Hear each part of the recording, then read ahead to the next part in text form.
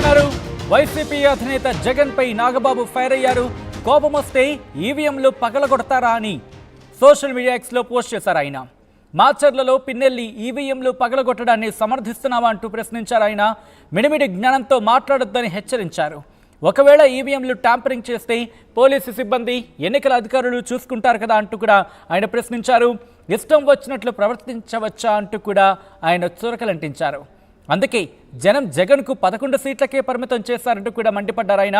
ఇప్పటికైనా మారకపోతే వచ్చే ఎన్నికల్లో సింగిల్ డిజిట్కే పరిమితం చేస్తారంటూ కూడా ఎద్దేవా చేశారు. ఒక్కసారి నాగబాబు చేసిన ట్వీట్ను ఒకసారి చూసే ప్రయత్నం చేద్దాం. అదిగో స్క్రీన్ మీద మీరు చూస్తున్నారు నాగబాబు చేసిన ట్వీట్కి సంబంధించి.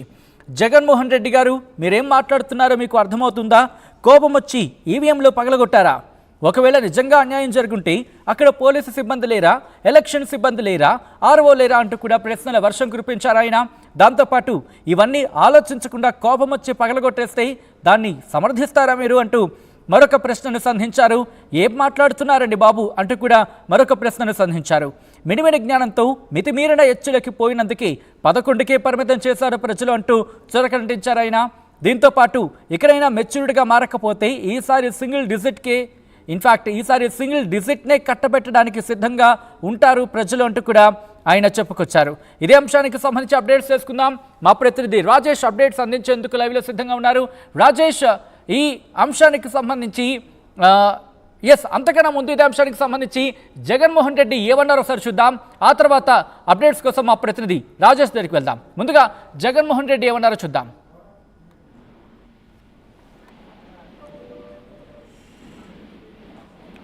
ఆల్ రైట్, రాజేష్ దగ్గరికి వెళ్దాం, అప్డేట్స్ చేసుకుందాం. మా ప్రతినిధి రాజేష్ అప్డేట్స్ అందించేందుకు లైవ్లో సిద్ధంగా ఉన్నారు.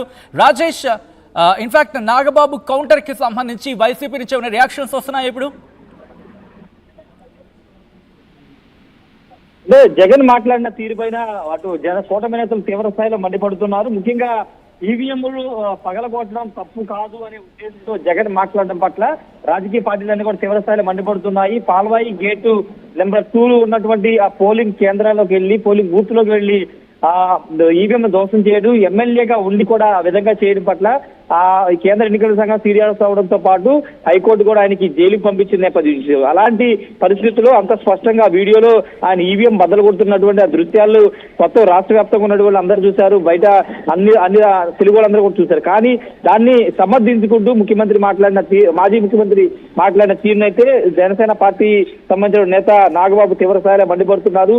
ఈవీఎంలని ధ్వంసం చేయడాన్ని పగలగొట్టడాన్ని మీరు సమర్థిస్తున్నారా అంటూ ఆయన ప్రశ్నించారు. మిడిమిడి జ్ఞానంతో మాట్లాడొద్దంటూ హెచ్చరించారు. అంటే ఈవీఎంలను ధ్వంసం చేయడం ఒక పార్టీ అధ్యక్షుడిగా, ముఖ్యమంత్రిగా పనిచేసే వ్యక్తి ఏ విధంగా సమర్థిస్తారు? ఇది ప్రజాస్వామ్యానికి, రాజ్యాంగానికి విరుద్ధంగా లేదా అని జగన్ అయితే నాగబాబు ప్రశ్నించారు. ఇష్టం వచ్చినట్టు ప్రవర్తించొద్దు, పోలీసు సిబ్బంది, ఎన్నికల అధికారులు ఈవీఎంలు ట్యాంపరింగ్ చేస్తే వాళ్ళు చూసుకోవడానికి వాళ్ళు ఉన్నారని కూడా చెప్పారు.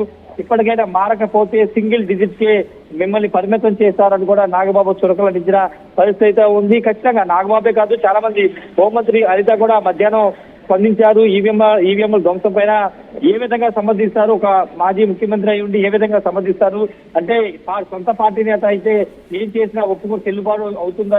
ఏ విధంగా మాట్లాడతారంటూ కూటమి నేతలు అయితే మండిపడుతున్నారు. దీనిపైన ఇంకా రియాక్షన్స్ వచ్చే అవకాశం కనబడుతుంది. మధ్యాహ్నం జగన్ కొన్ని ఘాటు వ్యాఖ్యలు కూడా చేశారు. చంద్రబాబు నాయుడిని హెచ్చరిస్తున్నామంటూ కూడా ఆయన కొన్ని హార్డ్ కామెంట్స్ కూడా చేసిన నేపథ్యంలో దీనిపైన కూడా కొంచెం ఖచ్చితంగా కౌంటర్స్ అయితే వచ్చే అవకాశం కనబడుతుంది. ప్రస్తుతానికి అయితే జనసేన పార్టీ తరఫున నాగబాబు అయితే తీవ్ర స్థాయిలో మండిపడ్డారు. జగన్ తీరు మార్చుకోవాలని ఆయన అయితే హెచ్చరించారు. సచిన్.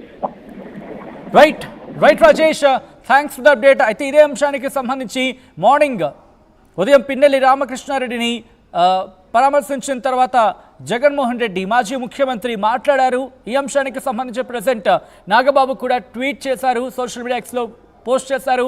ఒకసారి ఉదయం మాజీ ముఖ్యమంత్రి జగన్మోహన్ రెడ్డి ఏమన్నారు ఇప్పుడు చూద్దాం. 13వ తారీఖున ఎన్నికల సమయంలో పాల్వాయి గేట్ అనే పోలింగ్ కేంద్రం దగ్గర తాను అక్కడికి వెళ్ళినప్పుడు జరిగిన ఘటన మీద అసలు ఎందుకు ఆ ఘటన జరిగింది? ఎవడన్నా కొద్దో గొప్ప కనీసం ఆలోచన చేసేవాళ్ళు ఎవరైనా ఆలోచన చేయాలి కదా.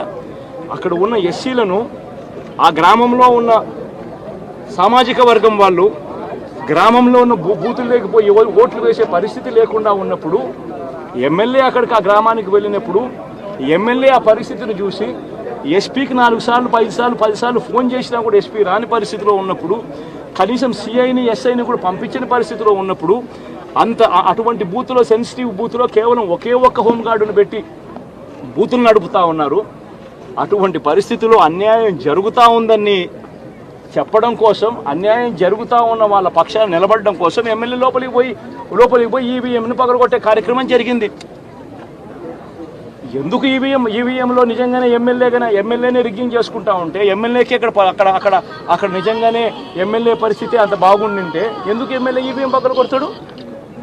అక్కడ పరిస్థితి బాగలేదనే కదా, అన్యాయం చేస్తూ ఉన్నారనే కదా. అక్కడికి పోయినప్పుడు అన్యాయం చూశాడు కాబట్టే కదా ఈవీఎం పగలగొట్టాడు. ఆ ఈవీఎం ఏదైతే పగలగొట్టిన కేసులు ఏదవుతుందో తనకు బెయిల్ వచ్చింది. ఈరోజు తాను బెయిల్ అక్కడ లోపల ఉన్నది ఈవీఎం పగలగొట్టిన కేసులో కాదు, తను లోపల ఉన్నది ఈవీఎం పగలగొట్టిన కేసులో. అన్యాయం జరిగింది అని చెప్పి, అన్యాయం జరుగుతూ ఉన్న పరిస్థితిలో ఎమ్మెల్యే అక్కడికి పోయి అడ్డుకునే కార్యక్రమంలో జరిగింది అని చెప్పి కోర్టులు కూడా గుర్తించాయి కాబట్టి తనకు బెయిల్ వచ్చింది. కానీ మళ్ళీ ఆ తర్వాత ఏం జరిగింది? ఆ ఇన్సిడెంట్ జరిగిన 10 రోజుల తర్వాత, ఆ ఇన్సిడెంట్ జరిగిన 10 రోజుల తర్వాత, అంటే మే 23వ తారీఖున ఎమ్మెల్యే అక్కడికి వెళ్ళి హత్యాయత్నం చేశాడట. అదే పోలింగ్ బూత్లో హత్యాయత్నం చేసినాడంట. ఎవడన్నా బుద్ధునోడు ఎవడన్నా నమ్మదానికి ఉందయ్యా? ఎవడన్నా ఎమ్మెల్యే అనేవాడు అక్కడికి పోయినప్పుడు వాళ్ళు చేస్తూ ఉన్న రిగ్గింగు, ఎమ్మెల్యే దానికి అడ్డుకునే కార్యక్రమం చేస్తూ ఉంటే ఎమ్మెల్యే అక్కడికి పోయి ఎమ్మెల్యే హత్యాయత్నం చేస్తాడా? చెప్పడానికైనా హద్దు పొద్దు ఉండాలి కదా. 10 రోజుల తర్వాత ఎమ్మెల్యే హత్యాయత్నం చేశాడని చెప్పి కేసు పెడతారు 10 రోజుల తర్వాత. ఇప్పుడు నిజంగానే అటువంటి ఇన్సిడెంట్ జరిగిందంటే సిట్టు 17వ తారీఖు నుంచి, మే 17వ తారీఖు నుంచి 20వ తారీఖు లోపల మధ్యలో ఇచ్చిన రిపోర్ట్లో, ఆ సిట్లో అది చెప్పాలి కదా, ఇది జరిగింది, ఎమ్మెల్యే అనే వ్యక్తి హత్యాయత్నం చేసే కార్యక్రమం చేశాడు అని చెప్పి రావాలి కదా. మరి ఎందుకు సిట్ రిపోర్ట్లో రాలేదు? ఈ రకంగా ఒక మనిషిని కేవలం 4 సార్లు ఎమ్మెల్యే, తాను 2000 కన్సిస్టెంట్గా 4 సార్లు ఎమ్మెల్యే గెలిచాడు. 2009లో గెలిచాడు, 2011లో గెలిచాడు, 2014లో గెలిచాడు, 2019లో గెలిచాడు. ఒక మనిషి కన్సిస్టెంట్గా 4 సార్లు ఎమ్మెల్యేగా గెలుస్తూ వస్తున్నాడు అని అంటే ఆ మనిషి మంచోడు కాబట్టి గెలుస్తూ వచ్చాడు, ఆ మనిషి మంచోడు కాబట్టి ప్రజలు ఆశీర్వదిస్తూ వచ్చారు. అటువంటి వ్యక్తిని తీసుకొని వచ్చి తప్పుడు కేసులలో ఈ మాదిరిగా బిగించడం ఎంత మటుకు ధర్మం?